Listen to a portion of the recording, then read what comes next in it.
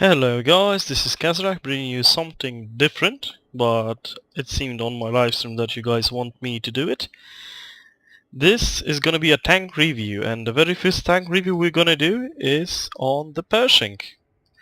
So here we have it, the Tier 8 American medium tank M26 Pershing. Fully researched with equipment, with crew, everything fully kitted out. Now, first of all, we're gonna go through stats. So as we can see, just so you guys have a better view, there it is. This tank has 1,440 hit points. It weighs 43 tons, almost 43.5 ton with equipment. The engine horsepower is 704, so that's quite good weight to power ratio. But you have to bear in mind, it's not the ideal or above 2 to 1. 20 to 1 rather. Speed limit 46, you're rarely gonna see that speed. Traverse speed 38 kilometers per, 38 degrees per second.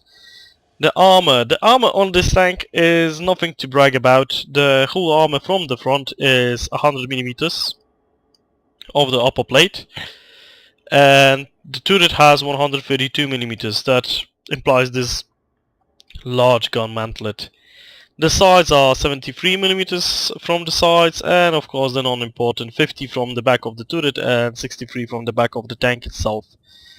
What I can say about the tank if we add it, the tank's weak spots, main weak spots if you have to aim for those, is this little plate. It's quite flat. If you see this, the frontal plate actually has some decent angling, so you can have problems while shooting it with a lower tier gun like a tier 6, but this little bit is flat, so you can shoot that and you actually will kill a crew member if I'm correct.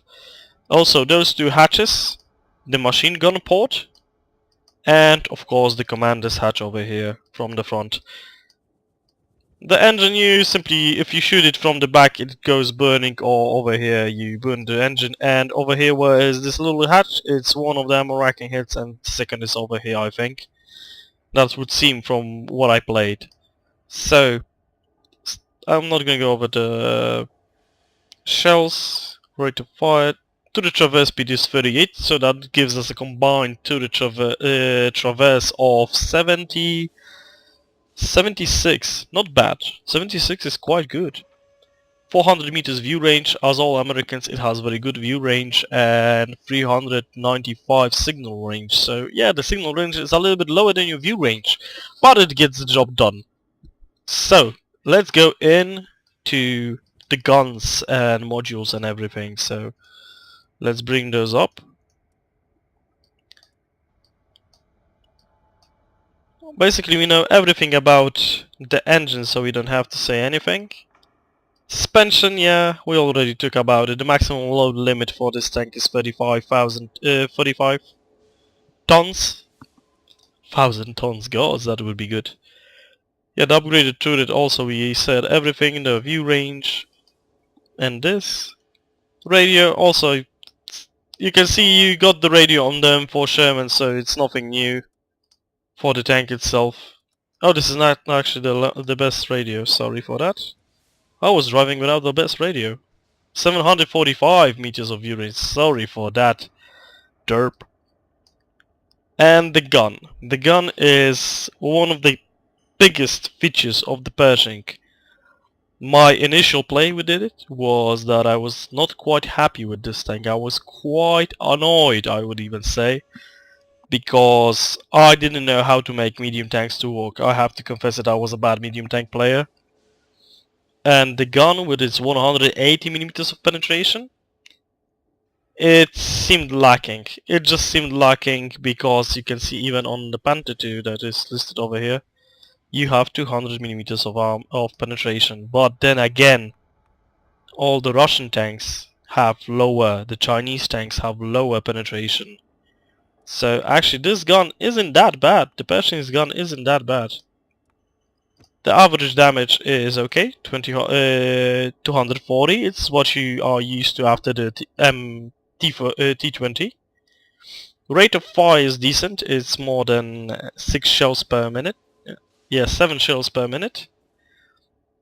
As I said, the penetration on normal ammo isn't that good, so I always carried 5 to 10 ACPR ammunition just for the very hard targets like a mouse or E75. You need that. The accuracy of this gun isn't that good. It's 0.37, but it's decent. It's not that bad, but it's decent. And 2.3 aiming time, which is very good. So let's go into the tech tree. What I would suggest, once you get this tank, if I remember correctly, you need the tracks that does not... Yeah, it's about 13,000 to mount the 90mm gun. Because this tank is gonna troll you without those tracks. Because this gun weighs 500 kilograms more, and I think you are not able actually to put it with the stock suspension. Yep, it's 3 tons less, so you're gonna have problems. You can use encharged torsion bars to increase the load limit, but I wouldn't say that it's required. Yeah, the engine you can get, as you can see, on the T2580, on the T25-2. Of course, the Pershing and the pattern. So if you have the American Tank Destroyer Alliance research, you're gonna get this engine. Radio, self-explanatory. If you have the M7 Priest or the T29, most people have it once they get the Pershing. Also the T21. Ha! So yeah, there's loads of ways to get this radio actually. And yeah, you can use the derp gun, but I wouldn't suggest it. Mainly go for the tracks, then try to go for the gun, because this gun really changes a lot in this tank. It's an upgrade from this. It's only 20 penetration more, but it really feels like an upgrade. That 20 penetration serves you good. Overall the tank is good. I wouldn't say it has anything bad against it. My equipment fitted on this tank once the modules load. This is the test server, so it takes quite a while. But you can see even with the blacked out, I have crew ventilation, gun rammer, and... come on, there it is. And a vertical stabilizer. Some people like to play this like with camo net and binoculars, even to boost out that view range and play it as a passive spotter. But I think this tank is better suited to more of a brawling. It's more of a brawler than actually a tank that you should stay back. As for crew skills, Commander of course 6 cents. The gunner has snapshot in my occasion. It always helps for better accuracy while you are moving your turret around. Smooth ride on the driver, just to make it a little bit more easy to move around. You can also get clutch braking. Situational awareness on the radio man, because yeah, it serves the same purpose. If you have, it gives you a little bit more, let's just see, view range I wanna say. Yep, view range.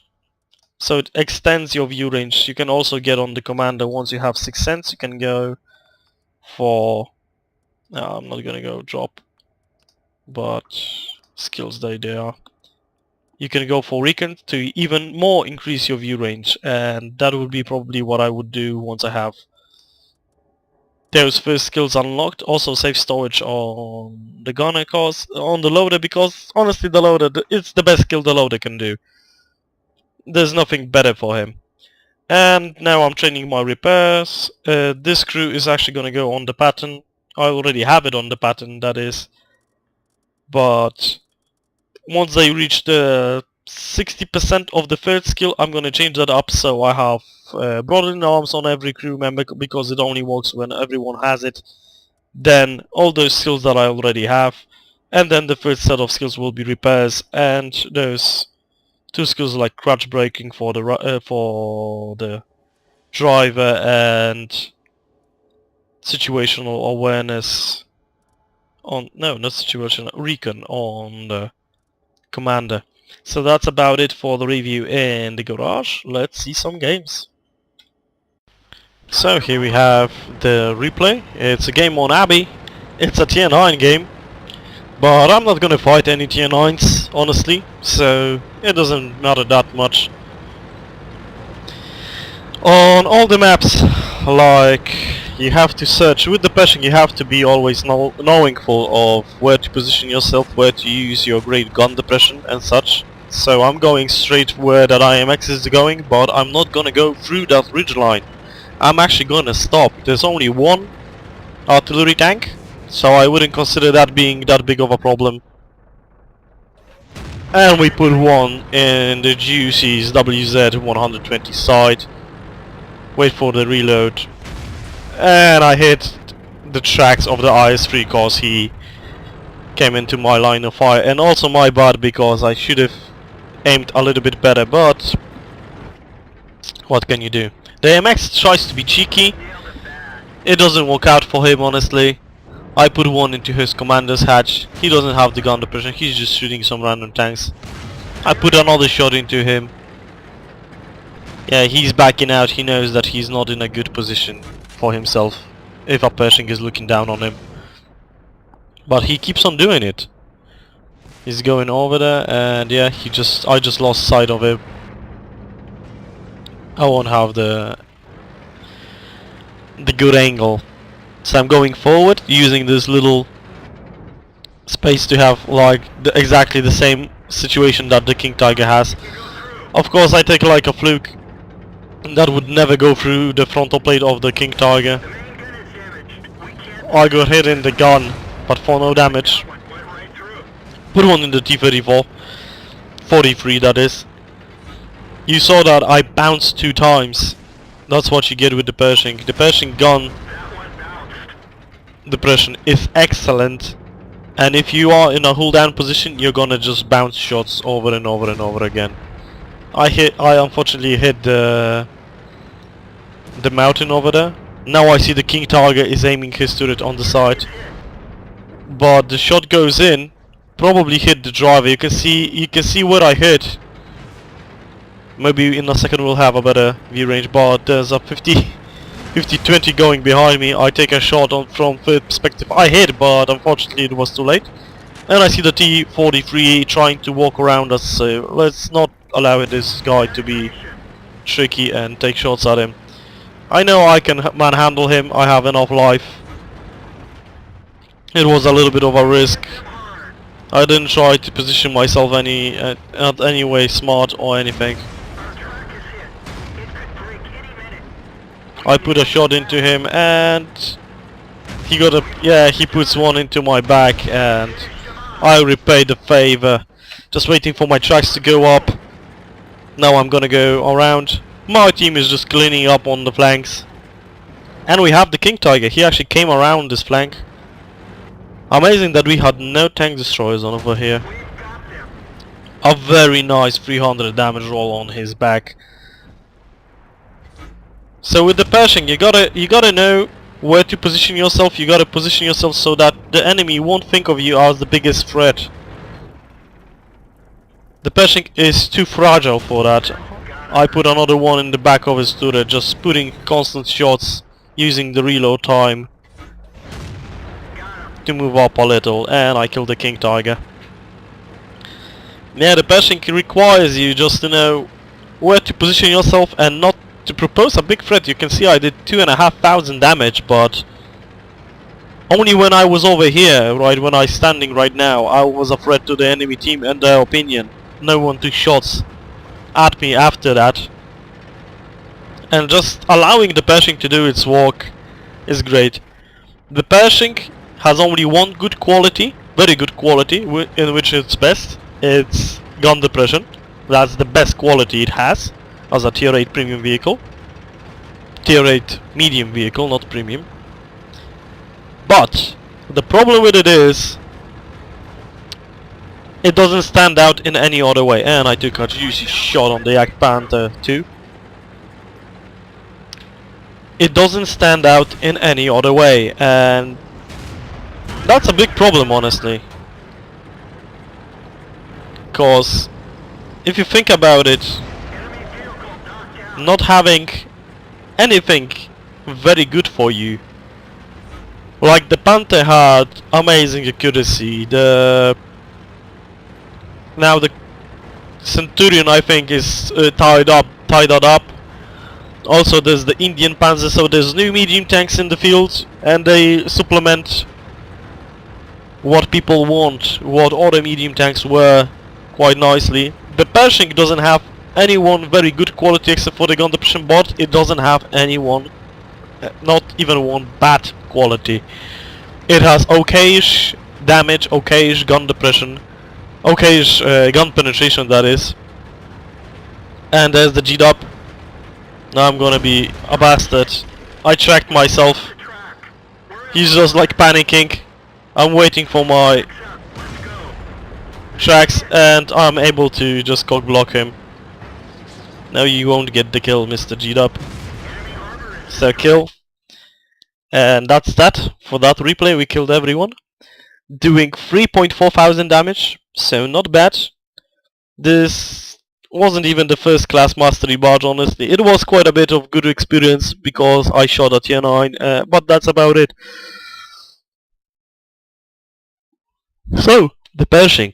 What can I say about it? Initially, I was very displeased with this tank. And by very displeased, I mean very, very displeased. I was on the edge of selling it. But that was because I sucked at medium tanks. I really sucked at positioning myself, at using the speed advantage, and most of the times just trying to battle it out like heavies, just getting faster in the heavy lines with the speed and battling it out like the heavies. The medium tanks are not made for that. After that I watched a lot of videos, I watched streamers like Zeron, like Wiki Baby, who play a lot of medium tanks. And I tried to adjust my playstyle accordingly. I learn still a lot of things, a lot of maps I don't have ideas what to do with medium tanks. Also my viewers help me out with that. All the platoons that I'm playing help out with saying like, oh, you should go over here on this map, you should go over here, you could go over here or something. Those references help me a lot with my gameplay, and after I learned quite a bit about how to play medium tanks, not a lot but enough to start playing them effectively, I started loving the Pershing, especially since I unlocked another tier 8 medium vehicle, that's the Panther 2.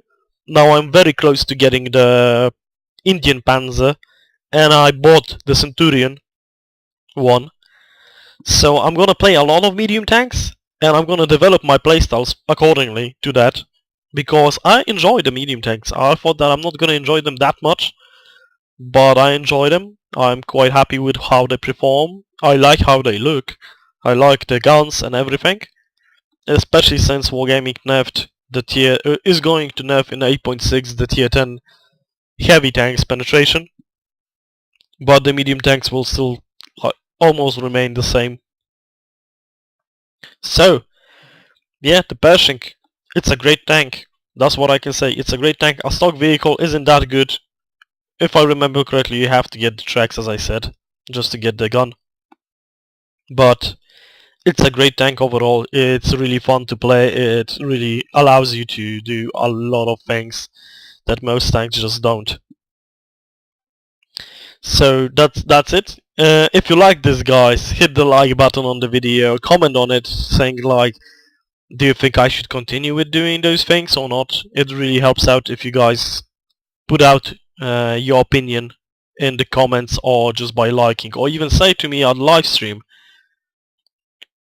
that you like my doing of tank reviews, and I'll keep doing that if you like it.